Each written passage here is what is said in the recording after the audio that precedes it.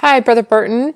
You asked for feedback on these videos, so I'm just going to kind of go through them as I'm watching them and give you kind of my, just talking out loud. Not that you're going to watch me watch the whole things, but hopefully that will be helpful so you just kind of understand my perspective or perspective of other students like me.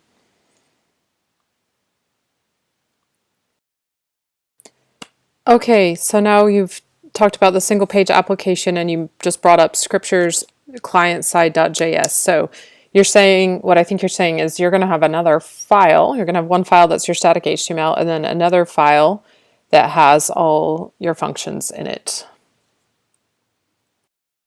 You said something here. You said you're going to use client-side Ajax to make requests to the server in the background. So my mind goes through client-side Ajax. Is that different than other Ajax that I've done before, or is that just Ajax? So I'm trying to process that.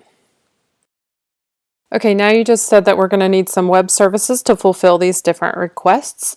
So in my mind, I'm like, oh, web services. I know we've had is that the same thing as the endpoints that we've talked about? And the endpoints seem to just simply be like a URL, but you said web services, so immediately my mind goes to are we making an API call to I don't know, Weather Underground or a movie database? Web services means to me I don't know, some kind of third-party thing. But I don't think that's what you mean, but I'll keep listening.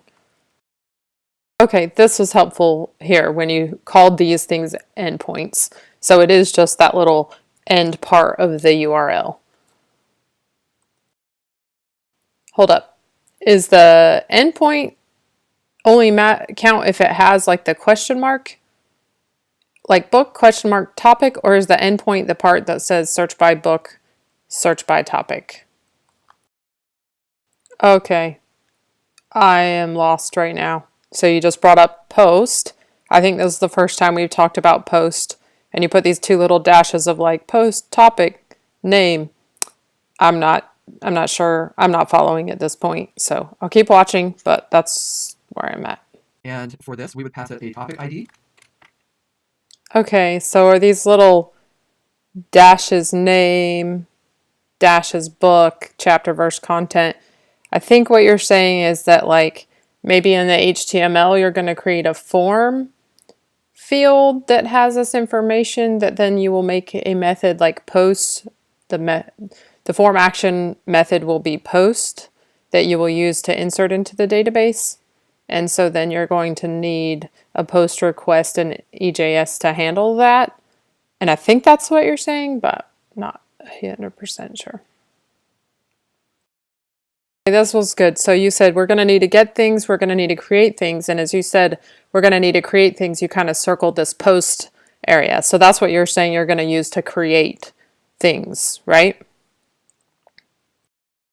Okay, so you just kind of gave a summary here at the end. So if I understand, which I appreciate, and so let me just repeat back to see if I understand it. So what you're saying is in our single page application, we're going to have these two files. One is a static HTML file. One is going to be a JavaScript file that has all of our functions in it. And within that JavaScript file, we're generally going to have GET requests and POST requests, and that's it. And that those two files with kind of a trifecta of processes, HTML, GET requests, POST requests, that's going to be enough to do our single page application. That's what I'm understanding. Hope that's right.